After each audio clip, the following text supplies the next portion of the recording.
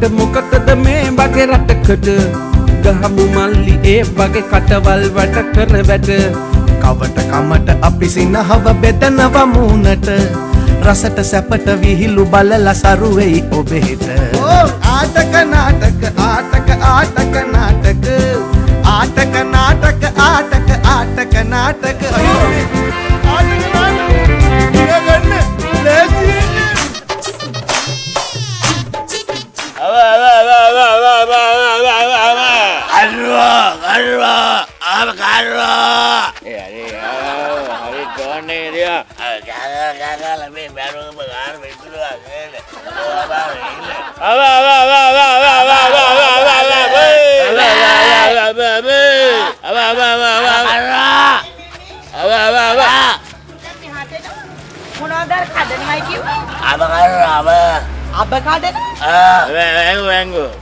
Mango, Amba. Iti me amba warini. Amba warini. අපිට වාරේ තමයි හොඳ. මොකද එතකොට තමයි ගාන සම්දිනේ වැඩිපුර ගන්න පුළුවන්. අම්ම මාකට් නේ. අනේ පව්. ඉතින් මේ ඔය අඹ කඩලා ගන්න මුදල් ජීවත් වෙන්න ඇතිද? නෑ ඉතින් අපිට ලොකු ගණන් ගොන්නේ නෑ පොඩි ගානක් දෙමළ ඇති නෝනා. සේව් වෙන්න. අනේ මම මේ සහෝදරයෝ කියලා හිතලා අවවාදයක් හැටියට කියන්නේ. ඒක තමයි. නරකද මේ පොල් ටිකක් එහෙම කැඩුවොත්. පොල් කඩන්න බෑ. පොල් නම් තියෙනවා. පොල් කඩන්න බෑ අක්කේ. ඔක්කේ. සහෝදරයෙකුගේ ඉඳලා පොල් ගන්න බෑ ඕක තරලද අර මේ දැන් ඔක්කොම පොල් කඩ ඔක්කොම ජොයින්ට් ඔක්කොම අප්සෙට් වෙලා දෙන්න ඇයි ගස් නැගලම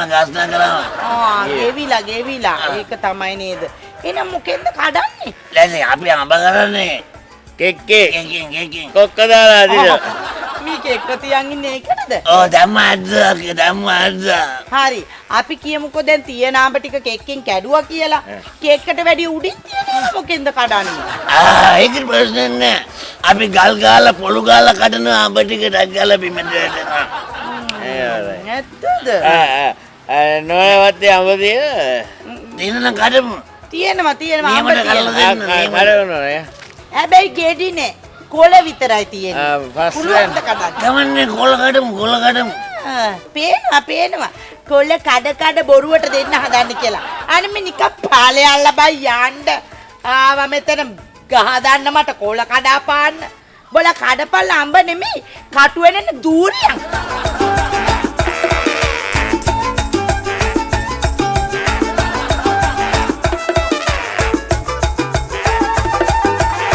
Ada, lama gila, padai, siap kecil padai. Gande. Baca, lama gande.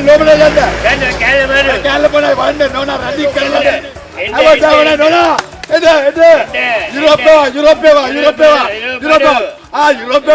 Nona.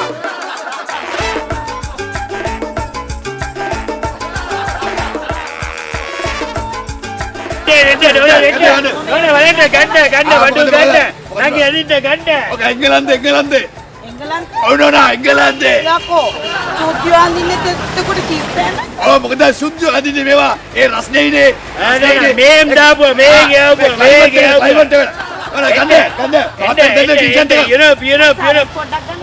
Europe නියම සරන් Australian සරන් බැටලු හැමෙන් හදපුවා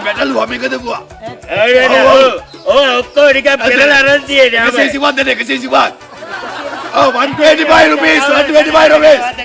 Gade. Ada dak. Hari අත්තවාද ඉවර කරාද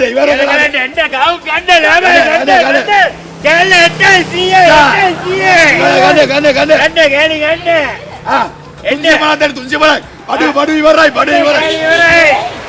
මේක කවුරු වෙනද ඔකමේ ජූලි චවුලා ජූලි චවුලා වෙඩින් එකට ඇඳගෙන යනවා ජූලි චවුලා වෙඩින් යකෝ එතකොට ජුකි චවුලා මේ මගුල් ගෙදරට යන්න තියෙන්නේ මගේ ගවුමමනේ නෝනගේ ගමක් වද නෝනා ඒවා ඉන්දියාවේ ජූලි චවුලා ඉන්නේ නෝනගේ පොඩි එකත් ජූලි චවුලා වගේ නේක වෙන්නේ ඒකයි නෝනාට හිතෙන්නේ මුන්දෙන්නගේ හරි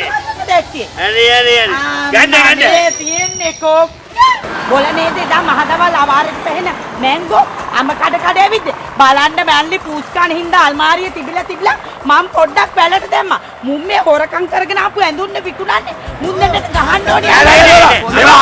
අපේවා අම්බ කට්ටකම පුත්තු දෙමින් ආටක නාටක ආටක නාටක ඉරගන්න ලෑස්ති ආටක නාටක ඉරගන්න ලෑස්ති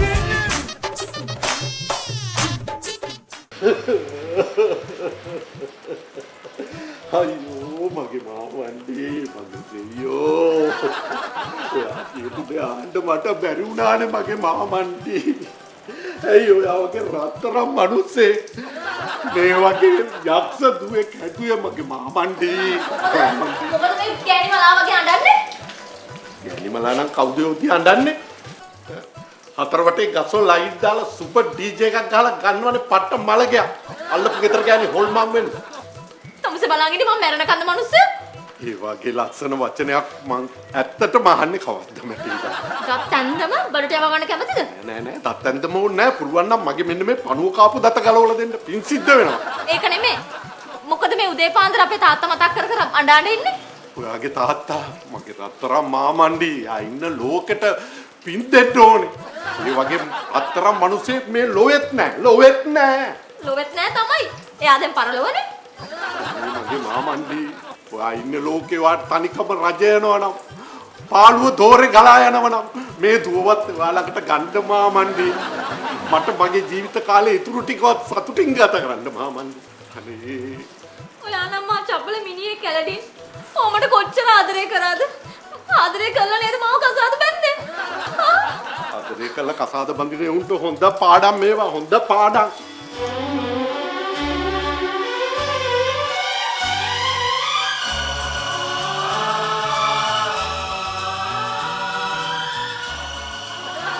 එලිෂා මේ අපේ මමා මේ අපේ දඩා මේ දඩා මේ අපේ මමා මේ පොඩි වෙනසක් තියෙනවා ගෙදර එහෙමයි සිද්ධ වෙන්නේ මේ ඔක්කොම එතකොට කවුද මේ සුත්පුරුත්තම ඊස් දඩා මොකද කියන්නේ මේ දඩා මෙයා තමයි මේ මම මැරි කරන් ඉන්නේ අංකල් ආන්ටි මම එලිෂා එන්න මගේ දුව එන්න මගේ අම්මා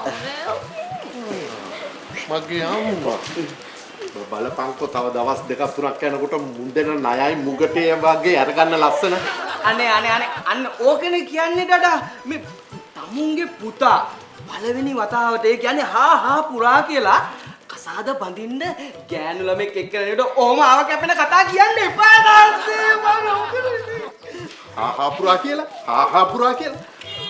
පුරා කියලා උඹ මේ ගෙදරට ගෑනු ළමයි කී දෙනෙක් එක්කන් ආවද මේ අවුරුදු දෙකට කසාද බඳිනවයි කියලා අවුලක් නෑ අංකල් මේ මගේ ෆස්ට් බොයිෆ්‍රෙන්ඩ් නෙවෙයි මේ ඇලඩිනු මගේ හතරවෙනියා අනේ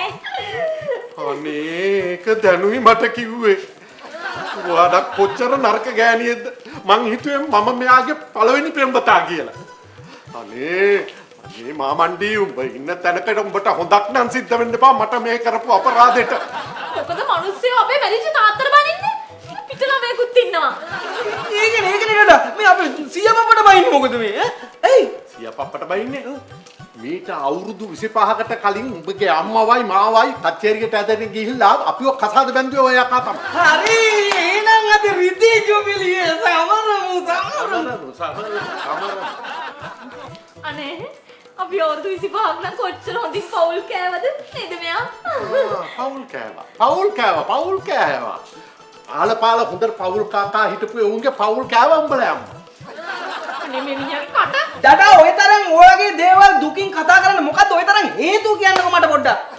හේතුව කියන්නේ දැනට අවුරුදු 25කට කලින් දවසක් රෑ මම ගියා උඹලාගේ අම්මව හම්බ වෙන්න ඊගාගේ ගේ පිටිපස්සට. ඉතින් කියන්නේ උඹලාගේ ඔය සීයා අල්ලා ගත්තනේ මගේ බෙල්ලෙන්. දඩා මොකද? මතකයි. දඩා පුතා මැරේ.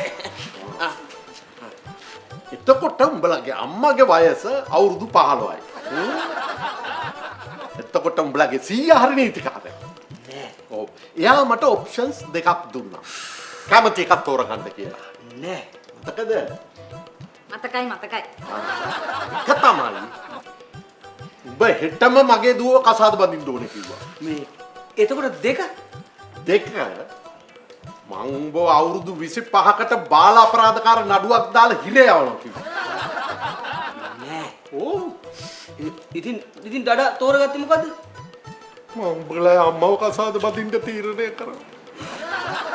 ඉතින් දැන් මොකද වෙලා තියෙන්නේ? වෙලා තියෙන්නේ දා මං අවුරුදු 25කට හිරේ ගියා නම් මං අද නිදහස් මිනිහෙන්නේ බා. අද මගේ නිදහස් වෙන දවස. ඉතින් දැන් තියෙන අවුල මොකද්ද? දැන් තියෙන අවුල තමයි මං උඹලගේ අම්මව කසාද බැඳගෙන ජීවිතාන්තය දක්වාම දැන් හිරේනේ. ආටක නාටක අයියෝ ආටක නාටක ඉර ගන්න ලෑස්ති ආටක නාටක ඉර ගන්න ලෑස්ති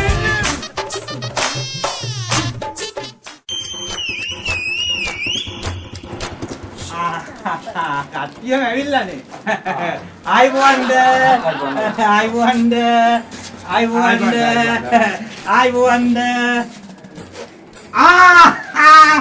මිසිස් රැවතා හිතන්න එපා අපි අනුන්ගේ දේවල් හොයනවා කියලා.